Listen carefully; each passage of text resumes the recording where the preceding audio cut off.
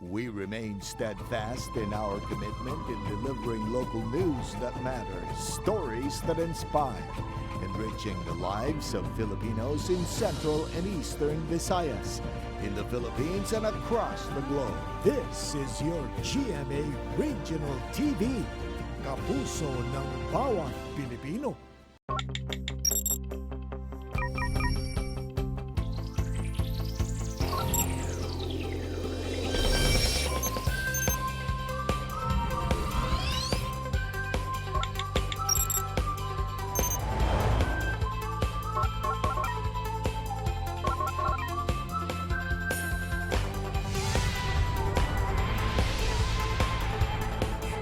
Kini ang GMA Regional TV Live.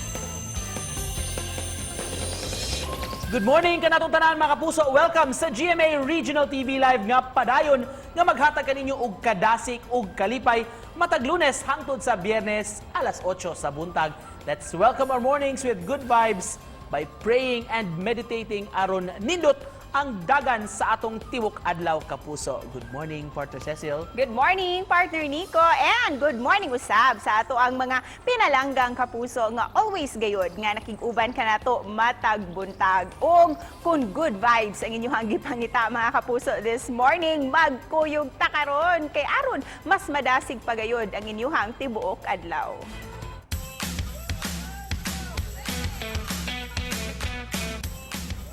Pampalagsik sa atong kabuntagon kapuso, mag-exercise na ta, mag-yoga una ta.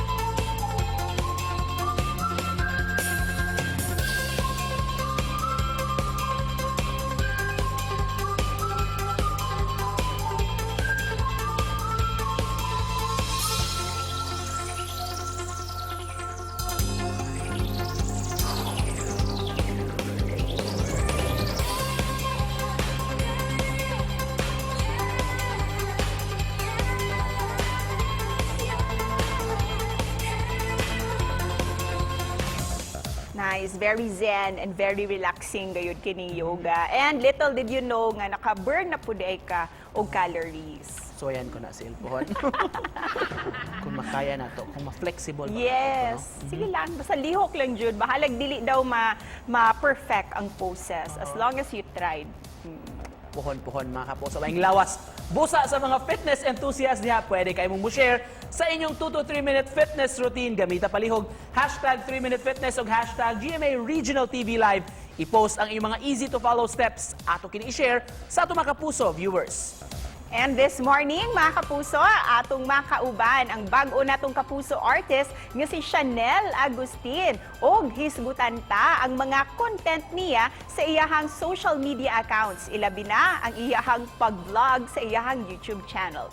Og atong hinabi usab ang usa ka Pinoy nga nakabase sa Dubai, UAE. Kinsa giila nga dakilang bayani awardee 2017 gumikan sa iyahang kontribusyon sa natad sa edukasyon.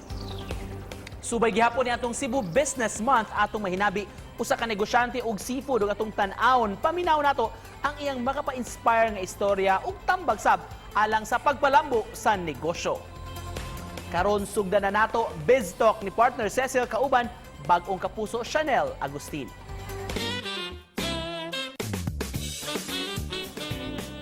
Gikan sa mga TV commercials, andam na ang atong bagong kapuso artist nga ipakita usab ang iyang abilidad sa telebisyon. Busa karong buntaga sa BizTalk, hinabiun ta ang usa sa mga up-and-coming actresses nga angay ninyong atangan dinhi sa Kapuso Network, Chanel Agustin. Maayong buntag, Chanel. Glad to have you here sa GMA Regional TV Live. Maayong buntag sa inyo mga kapuso and special po sa inyo, Miss Cecil. And thank you po, GMA Regional TV Live, for inviting me. And thank you for joining us, Chanel. Ikaw ba, what are you most thankful for every single day? Ay yung magising po ako sa umaga na complete po yung family ko and lalo na po ngayong pandemic, wala po nagkakasakit sa amin. Chanel, do you have a favorite inspirational quote ba? Can you share it with us this morning kung bakit favorite mo yan? Ang favorite inspirational quote ko po ay yung try and fail but never fail to try. Kasi it always reminds me na kahit na marami akong ma-experience na failures sa buhay ko, hindi ako mag-give up. And Chanel, marami kaming nai-inspire at natutuwa sa mga content sa YouTube channel mo, Chanel. Tell us kung saan ba nagsimula itong pagkahilig mo sa vlogging? Ayun nga po, nag-umpisa po akong mahilig mag-vlogs when I was 15 years old. Dahil nga po, hilig ko pong manood ng mga beauty vloggers. So, na-inspire po ako na mag-makeup and mag-share po ng mga products na ginagamit ko. At hindi lang sa YouTube, you're also making noise sa TikTok dahil sa mga trending videos mo. Ano naman ang nararamdaman mo, Chanel, na mas dumadami pa ang mga fans mo? Sobra po ako natutuwa dahil nga po sa mga pinapakita kong talent sa TikTok, lalo na po sa pagsasayaw. Mas dumadami po yung sumusuporta sa akin. At sa mga TikTok videos mo, ay lagi mong kapartner, si Sandro Mulak. Paano ba nagsimula itong collab at friendship niyong dalawa ni Sandro?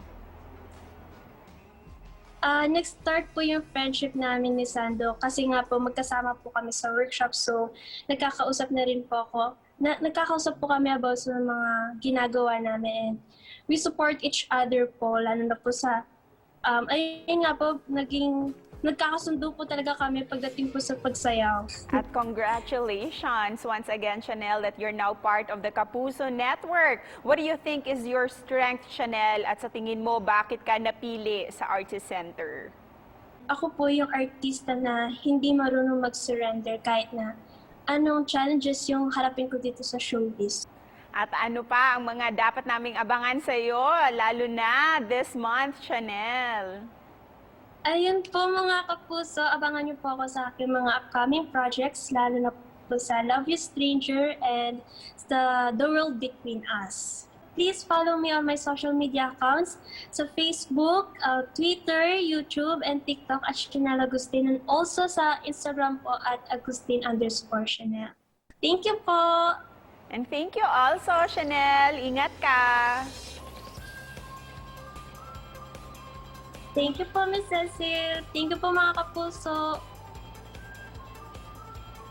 Mga kapuso, mubalik pa ang GMA Regional TV Live. Kini ang GMA Regional TV Live.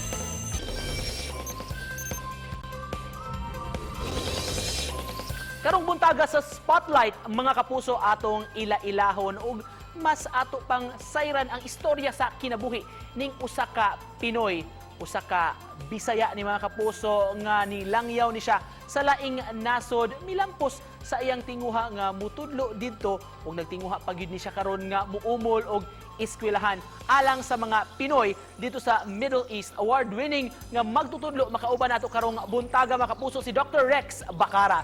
Good morning, maupay na aga, Sir Rex. Welcome sa GMA Regional TV Live. Kumusta ka, sir? Sir Nix, maayong adlaw sa iyong tanan, maupay nga aga. I hope and pray that everyone is safe during this times of pandemic. And before anything else, I just would like to say I lived in Mindanao for 5 years, specifically Balay Bukidnon, and I do understand the language very well. I can speak it just a bit, pero dinagod niyo ko mabaligya. So, thank you and good morning. Thank you so much for joining us, Sir Rex. Una sa tanan, sir, congratulations for bringing Pinoy pride diya sa UAE, sir. Usa ka sa mga awardees last 2017 Dakilang Bayani Award. Can you tell us more about this, sir? O can you share to us unsa ning Dakilang Bayani Awards? Yes, Sir Nix, thank you very much. The Kilang Bayani Award is the highest award being given to an overseas Filipino by the Department of Foreign Affairs through, of course, the Philippine Consulate here in Dubai. And it is given to an individual with an extraordinary service to the community. It is not just about the career. It's not just about the success in career, but of course, the extraordinary service given to the Filipino families here in the UAE. And every year, at least 5 people are given this prestigious award. Hindi lang po ito dapat na matalino ka, hindi lang po ito dapat na kung wherein you're going to be very financially successful being an overseas Filipino. But what is really being taken into consideration here is a heart that beats for service. Oh, that's very good. Well-deserved talaga, sir, sa atong mga Pinoy mahatagan og recognition atong mga OFWs like you, sir, sa natad sa edukasyon, sir. Unsa may mga challenges, Dr. Rex, nga imong na-encounter sa imong pag-start, sa imong pagpanarbaho diha sa UAE, sir? When you come to Dubai, you will realize that as an educator, my students are taller than me. These are beautiful people. Arabs are beautiful people, by the way. And what happened was that as a Filipino, by the way, educators here in the UAE is basically a special type of people, especially for Filipinos, because we are known as being in the services industry, waiters, maids, nurses, etc. The challenge was that these are highly independent students. They really will question you. And if you're not able to answer, they have the tendency to underestimate, especially the Filipinos. Every graduation, since I started teaching at the American University of Dubai, every graduation, they would always give me a standing ovation, which they have not given to the other faculty members in the history of the university. Briefly, Dr. Rex, unsa may kalainan, sir, pagkakaiba sa educational system diya sa UAE ug diri sa Pilipinas, sir? One thing is, look, it is not just about the kind of students that I have, currently have, even probably in the past when I came here. It is also because the education here is very much well supported by the government. So the infrastructure is fantastic. When the pandemic happened, the transition from face-to-face to online was instant.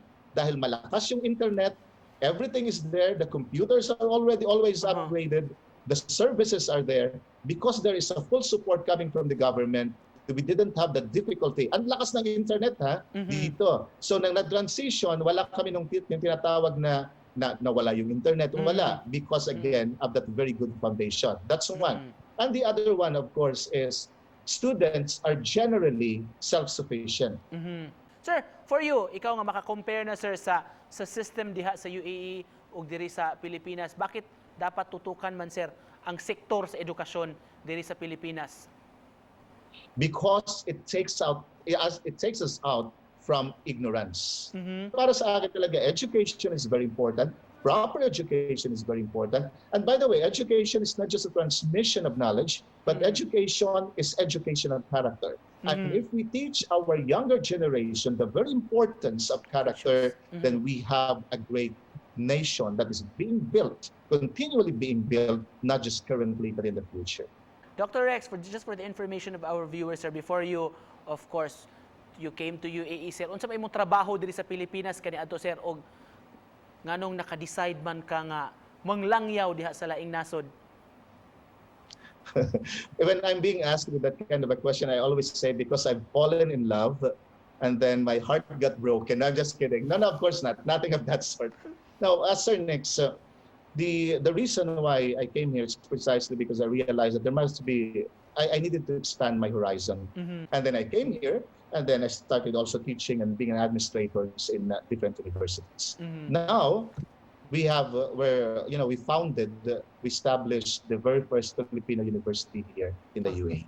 Generally, the Filipinos here, we are the third largest population in the UAE.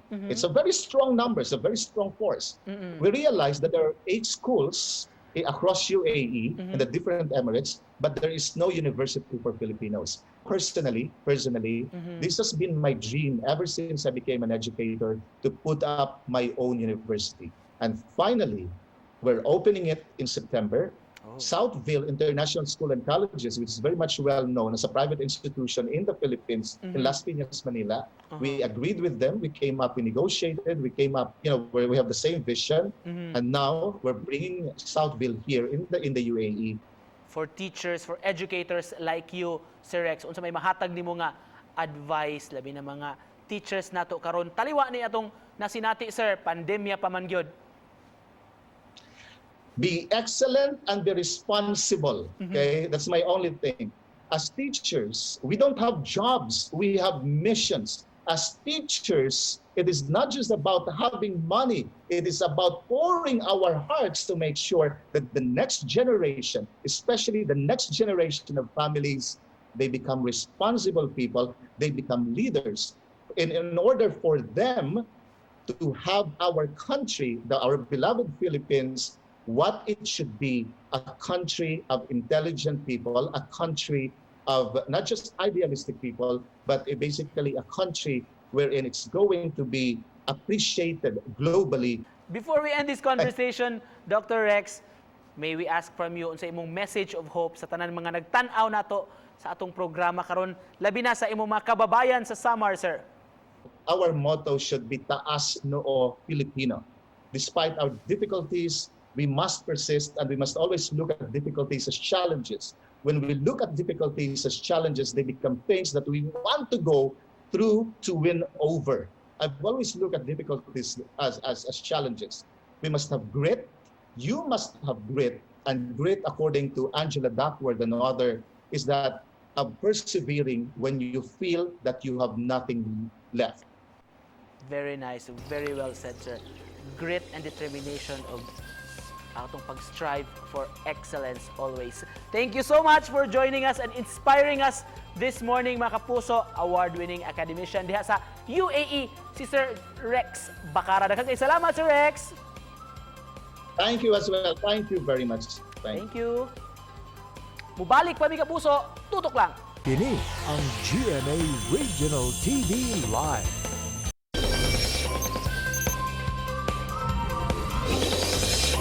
Karong buntaga, mga kapuso, sa spotlight atong ilailahon ug pakisayran ang istorya sa kinabuhi nining laing Cebuano entrepreneur. Mga kapuso, malampuso ni sila sa ilang patigayon, mga fresh o mga frozen nga mga seafoods, mga kapuso, nga nung nakahuna-huna man ni sila nga musugod ning maong negosyo ug unsay sikreto sa ilang kalampusan niini. Pangumustahon ta karong buntaga si Fred Camacho III. Good morning, Sir Fred. Welcome to GMA Regional TV Live. Daghang salamat, sir. Kumusta ang negosyo ro panahon na, sir? Mayang buntag, Sir Nico. Salamat sa Ginoo, sir. Business is doing good again. Kumusta dairon, sir, ang negosyo sukad nga nagka-pandemya, Sir Fred? Medyo tricky kayo ang businesses karon. I believe kitang tanan, even the businessman karon nga naa sa top, medyo nagkalisod pud sila. But praise God, we still have the 20%, so we're focused on the 20% now. Since we're still into the Cebu Business Month karong buwan sa Hunyo, sir, we'd like to hear your inspirational story, sir. Nganong nakahuna-huna man mo ani nga business, sir, ug unsay sikreto sa kalampusan? Since ako ang mangong father sa una is an islander, taga-isla nga akong papa, Sir Nico. So dool gid siya aning industry which is seafood. Pero ni agi sad mo og mayon tang kalisod gyud po, sir, og challenging nga mga times. Can you cite an instance ko na ani, sir? Actually, sir, ako, nag-handle naman ko, nag-manage naman ko sa business. Akong father, I've been asking him good, unsa may mga challenges sa una. Ang challenges good sa una, sir, isang capital, number one. Tungod kay, they don't start kanang rich naman, ana. So, pobre sila sa una. So, lisod good, hinay-hinay good ang chain bitaw. With regards to this, sir, seafood man gyud siya patong gihisgutan, sir. Kadagatan karong panahon na, Sir Fred, di kalikayan nga polluted na ang uban, sir. Unsa man doon na ba kay kanyo identify kung doon ay mga isda or uban nga mga sea creatures nga kamo tag safe kaunon kumpara sa uban nga dili kaayo? Actually, sir, mag-base gina ang ginaingon magud nila is seafood is always healthy choice gina siya.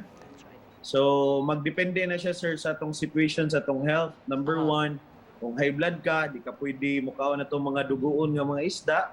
So ato na sa mga naay himbis. So inana, you get to ask your doctor if what's good seafood for you. But for now, kung bata-bata patagamay, okay patamo ka og mga pasayan, mga lambay, inana, pero sa katong medyo edad-idaran na, likay na kita. Isip pa na po ini atong conversation, Sir Fred. Unsa yung pag-encourage sa atong mga kaigsuulan, mga kapuso nato, Sir, nga ampingan gyud atong kadagatan, Sir, kay payubay gyud nga nagsalig ini karon.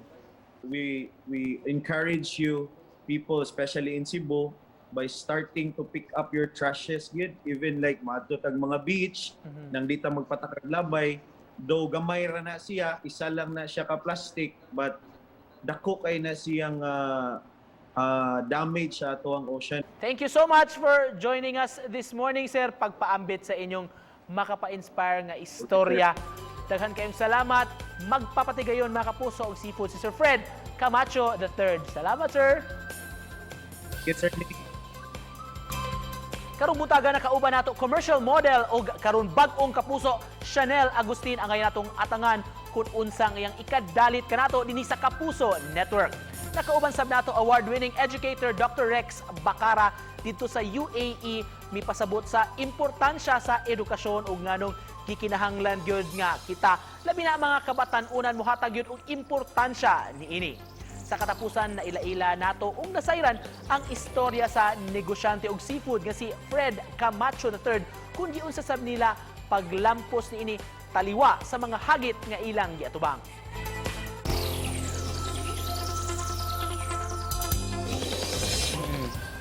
Saludo ta sa nabuhat ni Dr. Rex o sa tanan nga mga teachers, di ba, Sil? Yes. Sa ilang paghon sa atong mga kabataan, bisan naa sila sa gawas, padayon gid gihapon ilang pagpakat-on sa atong mga bata, labi ng mga Pinoy dito. No? Yes. O nang hinaot kita nga daghan ang na-inspire sa istorya ni Dr. Rex, ilabi na sa mga gustong mamahimong maestro ug maestra din ha. Very noble profession ang teaching. Yes. Sil. Kung wala ang mga teachers, wala tang mga students o walay mga professional ron mga kapuso.